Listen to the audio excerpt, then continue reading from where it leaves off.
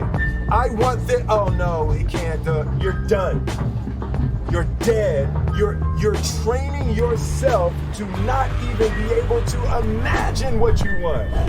How are you going to stop it in your mind? In your mind has to be the wildest, freest place where you have everything you've ever dreamed. So we can look at fear either as, I fail every attempt regardless, or it fuels my energy and resilience. The fear may not go away, but how I decide to deal with it will determine my outcome. We've got framed up change, we've got the fear and control, we believe we can, but it's really easy to tighten up to get it across that finish line. We can either look at it as petrified, under stress, and helpless, or we can just put up some hard work, get ourselves across the goal line. So what I've learned is a carefully selected word can save or change a life, can mend a broken relationship, can build confidence in ourselves to be successful.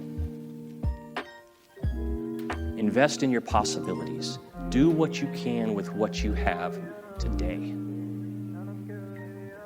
Neutralize the naysayers. Einstein is quoted, and I'll paraphrase, as saying, negativity can find a problem with every solution. How about we say positivity can find a solution for every problem? Surround yourself with inspiration. The books you read, the people you surround yourself with, the music you listen to, because that will give you inspiration. Put your yes in motion. Start everything with you expect success. Yes. Insist you will, then do. Doing beats wishing. Do hard things. If you do hard things become easier to do. The batteries will go low. Plug in and recharge. When you do, you can elevate your energy. You always have another level. You just have to believe. And finally, distribute your inspiration to others. There's nothing more contagious than an inspired life.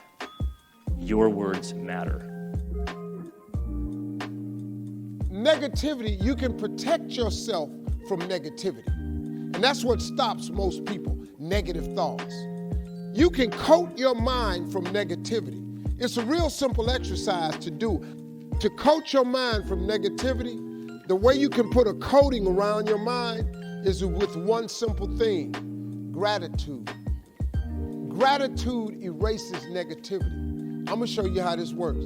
If you wake up in the morning and you start having negative thoughts, man, this ain't my day. I woke up on the wrong side of the bed. I'm tripping, I just don't feel myself. Every time you feel, in the middle of the day, if you feel yourself doing that, stop, just stop for a second. And start going over in your mind everything you have to be grateful for. Not everything you want, everything you already have, because what you have is substantial. You just haven't gone over the list and taken inventory in a long time. But the fact that you can walk, that's a blessing. The fact that you woke up, that's another blessing. The fact that you can see, think, reason, that's another blessing. The fact that you can go somewhere and get yourself something to eat, that's another blessing. The fact that you can go and turn the key and call someplace home, that's another blessing. The ability to dream is a blessing. The fact that you have an opportunity to get it right is another blessing. The fact that you're beautiful, that's another blessing. The fact that you have any measure of health, that's another blessing. Start coating your mind with gratitude. It'll change everything for you. And just focus on how you feel when you use the word wish, which is wishy-washy. I don't like wish. Wishing says to your mind, you haven't got a prayer, but you might as well wish. Because wishing just says, you're not going to do that. Oh, I wish. No one says, I wish I could get up in the morning and clean my teeth. I wish I could pick up that pencil and write a note. You don't say wish, you go, I'm doing it.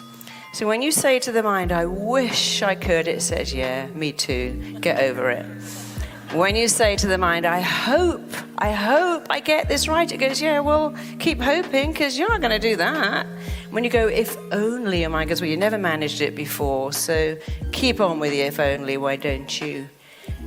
But when you do it differently, close your eyes again and go, I will memorize this. It's going in. I have a phenomenal memory. My memory is awesome. I read things and they empower me and they stick. I am remembering it all. I do this. I've got it. I have a phenomenal memory. I have incredible powers of recall and assimilation. And I remember everything. It has a totally different effect.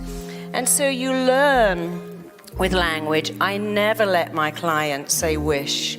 I won't allow them to say the word but. I could do that, but. No, we never say but. And we also never say should.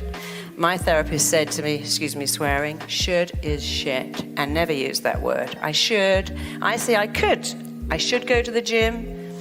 I could go to the gym, but I know it's my fault. I'm not making the effort.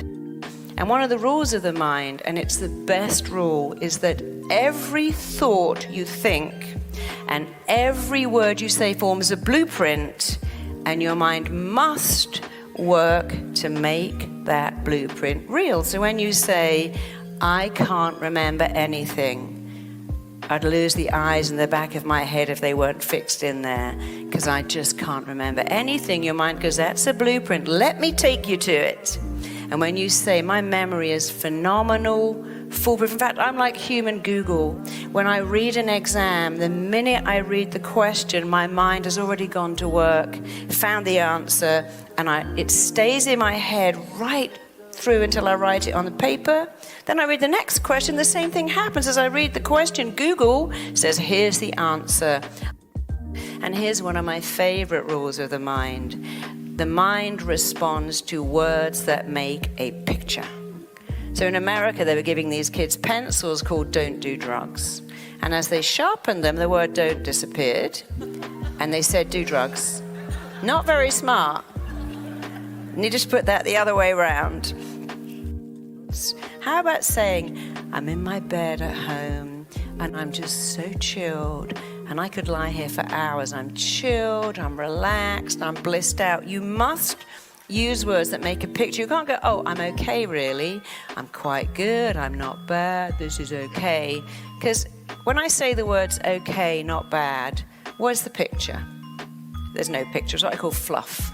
When you say I'm chilled, I'm blissed out, I'm ecstatic, I'm just lying here and I could do this for hours, it's just so cool, the mind goes, you're right. And when you go, I'm in a coffin and I'm suffocating, the mind goes, you're right. You can choose any words you like. You can go, well, we're all going to be negative and this half's going to be positive. That's your choice. You know what you can't choose? What you do to yourself when you say, I'm an idiot, I'm a moron, I'm a retard, I've got rocks for brains, everything goes wrong. Who would ever like me? I've got cellular, I'm a single parent, I've got no chance, blah, blah, blah. I didn't go to college, so I couldn't possibly do what you do. I got kicked out of college, by the way, so you can definitely do what I do. And it was the best thing that ever happened to me. I can look at my life and say being fired, being dumped, and being kicked out of college, thank you, God, for putting that up to me, because it changed my life. It was the best thing. Rejection has been one of the best things that ever happened to me. You see, you have a choice. Every day you get to choose how to speak to yourself. But you know what you don't get to choose? What you do to your body when you say, I'm an idiot. I knew I'd mess that up.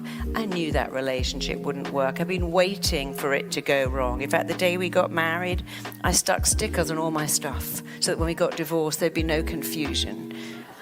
I was already planning the miscarriage. I didn't buy anything for my baby. I mean, who does that? Lots of people, apparently. They're all my clients, and they plan for stuff to go wrong. They say, I sent my kid to college, and I said, don't worry, you're probably going to hate it. Here's a credit card so you can get a return ticket back in a week's time. they plan it. And you don't want to plan it, you want to ban it. So words are really powerful. You can choose to be negative or positive, that's your choice, but you cannot choose what you do to yourself when you use negative language. So the first rule of the mind, what you expect is realized. Imagination is more powerful than knowledge when dealing with your own mind and the mind of others. If I said to any of you, come and stand on this chair, who would come and stand on this chair? I'll give you $100 to stand on this chair. Sure. If I said, well, now the chair is on top of that spire on the highest building in Tallinn, who's going to climb up and stand on it for $100? Who would do that? Some people would, because they've got a good imagination. They go, if I can stand on it there, I can stand. And most people go, no, I could fall. If we had a little tiny plank up here, you can walk the plank when it's on the floor. Put the plank between two high-rise buildings. Who's going to walk it?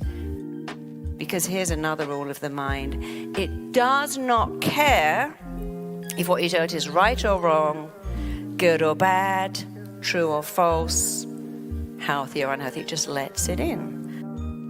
You have something that you're meant to do. And all you have to do, I promise you, is find out what you're meant to do and monetize it. And what you're meant to do will always lie behind, be connected to what you love to do at the age of 7 and 14. When I was 7, I was always writing little stories, and my mother kept them, and they were always about children who didn't have love, which is kind of interesting because I became a therapist and a writer and I have books published. But all my childhood between 7 and 14, I was writing, drawing little pictures to go with these books, and I'm a writer. Human behavior is very, very predictable. It's predicted by what you believe. You know, Sean Connery, who grew up in poverty, had a picture of a gold Rolls Royce at the end of his bed. He said, I'm going to have that car. I will make it.